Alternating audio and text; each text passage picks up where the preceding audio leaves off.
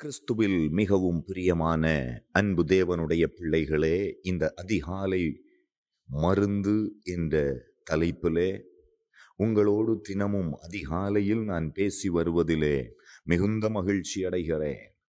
இன்றைக்கு ஆதியாகமம் 4வது அதிகாரத்திலிருந்து காணிக்கையின் எதிரொலி என்ற தலைப்பிலே சில காரியங்களை பரிசுத்தாவியானவருடைய உதவியோடு உங்களோடு நான் பேசி உங்களுக்குள்ளால ஒரு உன்னத வல்லமை, உன்னத தரிசனம் இந்த காணிக்கையை குறித்து வெளிப்படுவதற்கு பரிசுத்த ஆவியானவர் கிருபை செய்வாராக.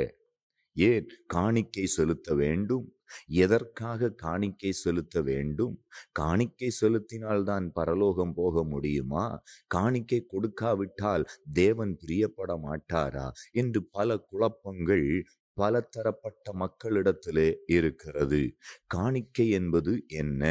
காணிக்கையை நேரடியாக தேவனுக்கு கொடுக்க முடியுமா? தேவனுக்கு கொடுக்கிற காணிக்கையை எந்த விதத்தில் கொடுக்கலாம் என்றுள்ளதான சில காரியங்கள் குழப்பமாகவே சிலருக்குள் இருந்து கொண்டிருக்கிறது. ஆனால் இங்கு எந்த குழப்பமும் இல்லை, எந்த கேள்வியும் இல்லை. யாருக்கு?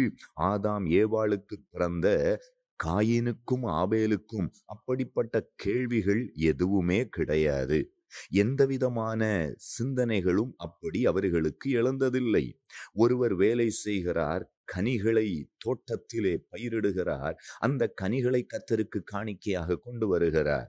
ஒருவர் மந்தையின் தலையீற்றுகளில் கொழுமையானவைகளை கர்த்தருக்கு காணிக்கையாக கொண்டு வருகிறார். 2 பேரும் ஆதாம் ஏவாளுடைய பிள்ளைகள். இவர்களுக்கு ஆதாம் ஏவாள் காணிக்கையை குறித்து சொல்லிக் கொடுத்தார்களா என்று எனக்கு தெரியவில்லை. ஆனால் சொல்லிக் கொடுத்தார்களோ இல்லையோ, வேதத்தில் அதற்குரிய தெளிவில்லை. ஆனால் இருவரும் காணிக்கை கொண்டு வந்தார்கள். பழைய ஏற்பாட்டில் உள்ளதான காணிக்கை வேறு, புதிய ஏற்பாட்டு காலத்தில் உள்ள காணிக்கை வேறு என்று இதன் மூலம் நாம் சொல்லவே முடியாது. இது இயற்கையாகவே அவர்களுக்கு உள்ளிருந்து வெளிப்பட்டதான ஒரு வாஞ்சை. கர்த்தருக்கென்று காணிக்கை செலுத்த வேண்டும். ஏன் காணிக்கை செலுத்த வேண்டும்? வேலை செய்யக்கூடியதான பலன், ஒவ்வொரு நாளும் வேலை செய்து அதிலிருந்து கிடைக்கக்கூடியதான நன்மைகளை அதிகம் அனுபவிக்கிறோம்.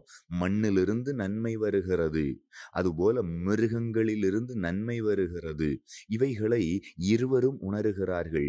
அவர்களுடைய நன்மை எந்த இடத்திலிருந்து எப்படி வருகிறது? மண்ணிற்குள்ளிருந்து வருகிற நன்மை, அதே போல கன்றுகாலிகளிடத்திலிருந்து வருகிற நன்மை.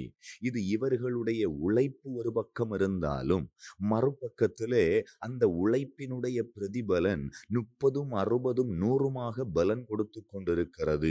இந்த கனிகளினுடைய ஓனர் யார்? இந்த கன்றுகாலிகளினுடைய ஓனர் யார்? வார்த்தையினாலே படைத்தவர் தானே. அவரிடத்திலிருந்து தானே இந்த ஆசீர்வாதங்கள் வந்து கொண்டிருக்கிறது. அப்படியானால் இந்த ஆசீர்வாதங்களை நான் சுதந்தரிப்பதற்கு மூல காரணம் கர்த்தர். அந்த கர்த்தர் தந்ததான அந்த ஆரம்ப விதை இன்றைக்கு அது எனக்கு 30, 60, 100 பலன் கொடுக்கும் பொழுது அதை 100% அப்படியே நான் எடுத்து பயன்படுத்துவதை கர்த்தர் விரும்புகிறார். ஆனால் தேவன் கேட்காமலேயே தேவன் தந்த காரியத்தை, தேவன் அனுபவிப்பதற்கென்று கொடுத்த காரியத்தை, தேவன் தமது பிள்ளைகளுக்கு வாழ்க்கையிலே ருசிப்பதற்கென்று கொடுத்ததான சில வாழ்வாதாரத்தினுடைய ஆசீர்வாதத்தை தேவன் கேட்காமலேயே கர்த்தரிடத்தில் உண்மையாக இருக்க வேண்டும் என்று இருவரும் விரும்புகிறார்கள். இன்றைக்கு இந்த சத்தத்தை கேட்டுக்கொண்டிருக்கிற தேவ பிள்ளைகளே, நீங்கள் வேலை செய்யலாம், பலதரப்பட்ட தொழில் செய்யலாம், ஏதோ நிறுவனங்களிலே பணிபுரியலாம், பிசினஸ் பண்ணலாம். எந்தெந்த விதங்களில் நீங்கள் எதை செய்தாலும் அதனுடைய மூலதனம், அதனுடைய இன்வெஸ்ட்மெண்ட் கர்த்தர் போட்டிருப்பது. அந்த முதலீட்டை மையமாக நாம் எடுத்து அதிலிருந்து கிடைக்கிறதான 30, 60, 100 நாம் முழுவதையும் அனுபவிப்பதை விட அதிலிருந்து தேவன் தருகிற ஒரு பகுதி, தேவன் தந்ததான நன்மையிலிருந்து ஒரு பகுதியை கர்த்தருக்கு உண்மையாய் கொடுத்து பாருங்கள். காயின் அதை கொடுத்தான், ஆபேல் அதை கொடுத்தான். 2 பேரும் கொடுத்தார்கள். இன்றைக்கு காணிக்கையை அநேகர் கொடுக்கிறார்கள். நோக்கம் வித்தியாசமாக இருக்கிறது, காணிக்கை கொடுப்பவர்களுடைய எண்ணங்கள் வித்தியாசமாக இருக்கிறது. இன்று ஏன் காணிக்கை கொடுக்கிறீர்கள் என்று கேட்டால், கர்த்தருக்கு கொடுத்தால் இன்னும் நிறைய கிடைக்கும் என்று சொல்லி கொடுக்கிறவர்கள் உண்டு. ஆனால் ஆபேல் அப்படி காணிக்கை கொடுத்ததாக எனக்கு தெரியவில்லை. நான் இதை கர்த்தருக்கு கொடுக்கும் பொழுது எனக்கு இன்னும் நிறைய கிடைக்கும். அப்படி அல்ல. காணிக்கை என்பது நம்முடைய உண்மை நிலையை கர்த்தருக்கு வெளிப்படுத்துவது, தெரிவிப்பது, உறுதிப்படுத்துவது. காயின் தன்னுடைய உண்மைத்தன்மையை காணிக்கையில் வெளிப்படுத்தவில்லை. ஆபேல் தன்னுடைய உண்மைத்தன்மையை காணிக்கையில் வெளிப்படுத்தினார். இந்த காணிக்கையின் எதிரொலித்தான் என்ன? இதனுடைய காணிக்கை உண்மைத்தன்மையை வெளிப்படுத்தின ஆபேலின் வாழ்க்கையில் நடந்தது என்ன? காயின் ஆபேலை கொலை செய்கிறான்.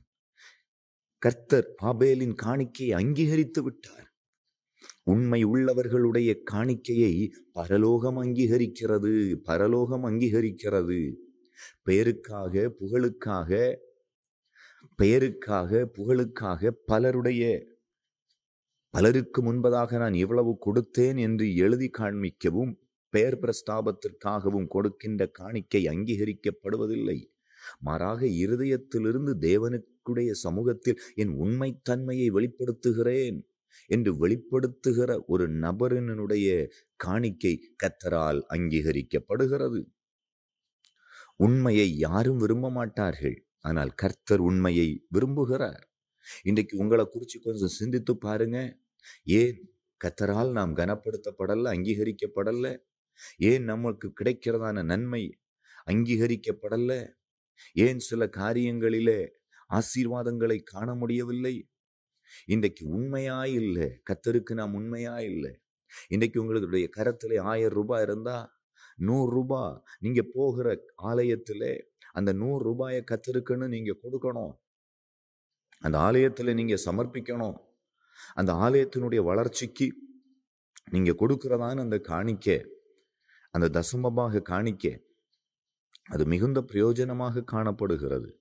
எந்த சூழ்நிலைமையிலும் தசமபாகத்தை எடுத்து விடாதீர்கள். அதுதான் உங்களுடைய கையின் பிரயாசத்தினுடைய உண்மை நிலையை கர்த்தருக்கு வெளிப்படுத்துகிறதான ஒரு வாய்ப்பு. அந்த வாய்ப்பை பயன்படுத்துங்கள். அந்த வாய்ப்பை நழுவ விடாதிருங்கள். மனிதனிடத்திலே உண்மையாய் இருக்க முடியுமா? எனக்கு 10,000 ரூபாய் சம்பளம் வருது, நான் என்னென்ன காரியங்களுக்கு இப்படி செலவழிச்சேன், இப்படி இன்வெஸ்ட்மெண்ட் போட்டிருக்கிறேன், இப்படி சேமிப்புகள் வைத்திருக்கிறேன், இந்தந்த இடங்களில் இருந்து எனக்கு வருமானம் வருகிறது என்று மனிதனிடத்திலே சொன்னால் என்ன ஆகும்? சிந்தித்து பாருங்கள். பொறாமை. நம்மிடத்திலிருந்து பிடுங்க பார்ப்பார்கள், எடுக்க பார்ப்பார்கள். ஆனால் தேவனிடத்திலே நாம் காண்பிக்கின்றதான உண்மை நிலை, தேவன் நம்மிடத்திலிருந்து பிடுங்கவோ எடுக்கவோ மாட்டார். நம்ம உண்மையா இருக்க இன்னும் உழைப்பதற்கு சரீர பலனை தருகிறார். நீங்கள் உண்மையா இருக்க ஆண்டவராகிய தேவன் உங்களுடைய வருமானத்தின் மேல அசைவாட ஆரம்பிக்கிறார். நீங்கள் உண்மையாக இருக்க உங்களுடைய நன்மையையும் உங்களுடைய ஆசீர்வாதங்களையும் இந்த உலகமோ வஞ்சகனோ திருட முடியாது, கை வைக்க முடியாது. அப்படி கை வைப்பானே ஆனால் அதன் மேல கர்த்தருடைய கிரியை பகிரங்கமாக வெளிப்படும். ஆகவே ஆபேலை போல காணிக்கை செலுத்துங்க. ஆபேலை போல காணிக்கை செலுத்துங்க. காயினை போல அல்ல.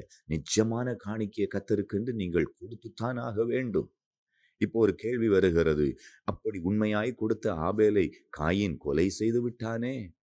நாங்கள் உண்மையாய் கர்த்தருக்கு காணிக்கை கொடுத்தால் எங்கள் நிலையும் அப்படியா என்று நம்ம கேட்கலாம்.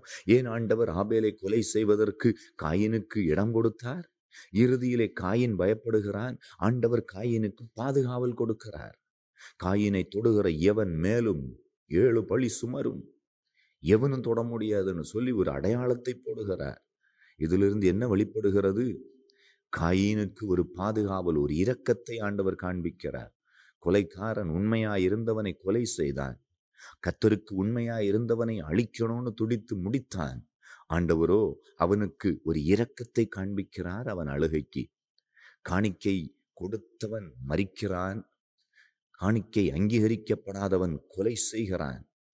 தேவனுடைய பிள்ளைகளே, இந்த காணிக்கை என்பது சாதாரணமானதல்ல. ஆபேலினுடைய சத்தம் தேவனை நோக்கி கூப்பிடுகிறது. மன்னிக்கவும், ஆபேலினுடைய இரத்தம் தேவனை நோக்கி கூப்பிடுகிறது. காயினால் ஒழிக்க முடியல. ஆபேலினுடைய இரத்தத்திற்குள் வல்லமை இருக்கிறது. காணிக்கை கொடுத்த உண்மையுள்ள மனிதன். அந்த மனிதனுடைய இரத்தம் மரித்த பிறகும் பேசிக்கொண்டிருக்கிறது. பரலோகம் அந்த இரத்தத்திற்கு செவி கொடுக்கிறது. சாதாரணமானது அல்ல பிரியமானவர்களே. காணிக்கை கொடுக்கிற தேவனுடைய பிள்ளைகளே, உண்மையாயிருக்க வேண்டும் என்று துடிக்கிற தேவனுடைய பிள்ளைகளே, நீங்கள் மரித்தும் பேசுவீர்கள். வாழ்ந்து கொண்டிருந்தாலும் கர்த்தருக்காக பேசிக் கொண்டிருப்பீர்கள். ஆனால் ஆனால் நீதிமானுக்கு விரோதமாக எதிர்த்து நிற்கிறவர்கள், நீதிமானுக்கு விரோதமாக எழும்பி நின்று நீதிமானை அழிக்க துடிக்கிறவர்கள், அவர்கள் உயிருள்ள நாட்களில் என்ன பேசுகிறார்கள்? வாழுகிறார்கள். நிறைய நாட்கள் வாழுகிறார்கள். காயின் மூலம் நமக்கு என்ன பாடம் கிடைக்கிறது? அவன் ஒரு கொலையாளி. ஆனால் ஆபேல் அப்படி அல்ல, மரித்தும் பேசுகிறான். உயிரோடு இருந்த நாட்களிலும் கர்த்தருக்கு உண்மையாயிருந்து பேசிக் கொண்டிருந்தான். இன்றும் அதே ஆபேலை குறித்து பேசிக் கொண்டிருக்கிறோம். இந்த சத்தத்தை கேட்டுக்கொண்டிருக்கிற தேவ பிள்ளைகளை, நம்முடைய வாழ்க்கையும் உயிரோடு இருக்கும் போதும் பேசப்பட வேண்டும், மரித்தும் பேசப்பட வேண்டும். உங்கள் கையின் கரங்களிலே வருகிற வருமானங்கள், ஆசீர்வாதங்கள் கர்த்தருக்கு உண்மையாயிருக்கும்படி ஒரு பொருத்தனை செய்யுங்கள். இந்த நாளை கர்த்தர் ஆசீர்வதிப்பாராக. உங்கள் வருமானங்களை கர்த்தர் ஆசீர்வதிப்பாராக. உங்கள் தொழிலை கர்த்தர் ஆசீர்வதிப்பாராக என்று சொல்லி உங்களை வாழ்த்துகிறேன். God bless you all. Amen. Amen.